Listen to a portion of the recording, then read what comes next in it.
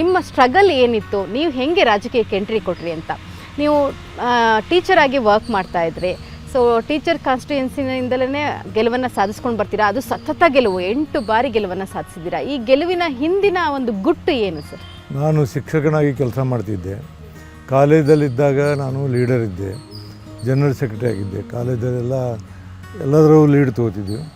ಆಕಸ್ಮಿಕವಾಗಿ ಶಿಕ್ಷಕ ಅಂತ ಆಗಬೇಕಂತ ಪರಿಸ್ಥಿತಿ ನಿರ್ಮಾಣ ಅಂತ ಆದೆ. ಶಿಕ್ಷಕ ಆದ ನಂತರ ಅಲ್ಲೆಲ್ಲ ನಡೀತಿರೋಂಥ ಅನ್ಯಾಯದ ವಿರುದ್ಧ ಹೋರಾಟ ಮಾಡಿದ್ವಿ. ನಮ್ಮ ಹಿಂದಿದ್ದಂಥ ಒಂದು ಸಂಘಟನೆ ಇತ್ತು ನಮ್ದು. ಸಂಘಟನೆ ಮುಖಾಂತರ ಹೋರಾಟ ಮಾಡಿದ್ವಿ. ನಮ್ಮ ಹಿಂದಿದ್ದ MLC ಅವರು ಶಿಕ್ಷಕರಿಗೆ ಏನೊಂದು ಅದು ಮಾಡಲಿಲ್ಲ. ಅವ್ರು ಕೂಡ ಜಗಳ ಮಾಡಿ, ನೀವು ಶಿಕ್ಷಕರ ಪ್ರತಿನಿಧಿಯಾಗಿ ಹಿಂಗೆ ಮಾಡೋದಿಲ್ಲ, ಶಿಕ್ಷಕರ ಸಮಸ್ಯೆ ಬಗೆಹರಿಸಲ್ಲ, ಅದಕ್ಕೆ ಬಾ ನೀವು ಎಲೆಕ್ಷನ್ ಬಂದಾಗ ನೋಡ್ತೀವಿ ಅಂತ ಹೇಳಿದ್ವಿ. ಅದೊಂದು ಮಾತು ಅಂದದ್ದ ಕರೆ, ಆ ಮಾತಿನ ಸಲುವಾಗಿ ಎಲೆಕ್ಷನ್ ನಿಂತಿಟ್ಟು. ಹಿಂಗೆ ನಾವು ಗೆಲ್ತೀವಿ ಏನು ನಿಂತಿದ್ದಿಲ್ಲ, ನಿಲ್ಲೋದು ನಿಂತೀವಿ. ಅದು ಆಕಸ್ಮಿಕವಾಗಿ ಗೆಲುವಾಯಿತು. ಸೊ ಯಾವತ್ತು ನೀವು MLA ಕಂಟೆಸ್ಟ್ ಮಾಡಬೇಕು ಅಂತ ಅನಿಸ್ಲಿಲ್ವಾ ನಿಮಗೆ? ಒಮ್ಮೆನ 1985ರಾಗ ರಾಮಕೃಷ್ಣ ಹೆಗಡೆ ಅವರು ಧಾರವಾಡ ಕಾನ್ಸ್ಟಿಟ್ಯೂನ್ಸಿ ನಿಲ್ಲಬೇಕಂತೇಳಿ ನನಗೆ ಕರೆದು B.Pharm ಕೂಡ ತಯಾರಾದರು. ಬಟ್ 3000 ಜನ ಶಿಕ್ಷಕರು ಸ್ಟ್ರೈಕ್ ಮಾಡಿದರು. ಅವ್ರನ್ನ ಬಿಡೋಂಗಿಲ್ಲ, ನಾವು ಇಲ್ಲೇ ಇರ್ಬೇಕಂತೇಳಿ ಹೆಗಡೆ ಅವ್ರಿಗೆ ಗೆಸ್ಟ್ ಹೌಸ್ನಿಂದ DC ಆಫೀಸ್ನ ಮಲ್ಕೊಂಡ್ಬಿಟ್ರು ಟೀಚರ್ಸು. ಬಿಡಲೇ ಇಲ್ಲ. ಅದಕ್ಕೆ ಆಯ್ತಪ್ಪ ಏನು ಮಾಡೋಕ್ಕಂದ್ರೆ ಅವ್ರ ಪ್ರೀತಿ ವಿಶ್ವಾಸದಿಂದ ಇಲ್ಲಿ ಉಳ್ಕೊಂಡು. ಸೊ ನೀವು ಶಿಕ್ಷಕರ ಆಸ್ತಿ ಆಗ್ಬಿಟ್ಟಿದ್ದೀರಾ ನೀವು. ಸೊ ಯಾವ ಥರ ಮೇಂಟೈನ್ ಮಾಡ್ತಿದ್ರಿ? ಸರ್ ಟೈಮ್ ಕೊಡ್ತಿರ್ಲಿಲ್ಲ, ಮಕ್ಕಳನ್ನ ನೋಡಬೇಕು, ಮನೇನ ನೋಡಬೇಕು. ಯಾವ ವಿಚಾರ ನಿಮಗೆ ತುಂಬ ಚಾಲೆಂಜಸ್ ಅಂತ ಅನಿಸಿದೆ ಮೇಡಮ್?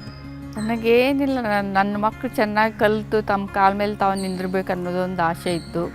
ಜನ ಹೇಳ್ತಿದ್ರು, ಯಾಕೆ ನೀವು ಸರ್ ಜೊತೆ ಬರೋದಿಲ್ಲ ಅಂತ.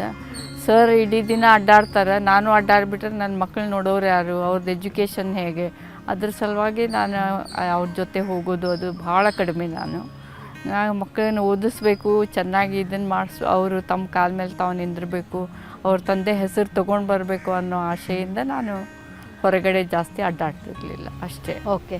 ಸೊ ನಿಮ್ಮ ಇಡೀ ಮನೆಯನ್ನು ನೀವು ಬೆಂಬಲಿಸಿ ಮನೆಯಲ್ಲಿ ನೀವು ಶಕ್ತಿಯಾಗಿ ನಿಂತಿದ್ದಕ್ಕೆ ಸರ್ ಇಷ್ಟೊಳ್ಳೆ ಯಶಸ್ಸನ್ನು ಗಳಿಸಲಿಕ್ಕೆ ಸಾಧ್ಯ ಆಯಿತು.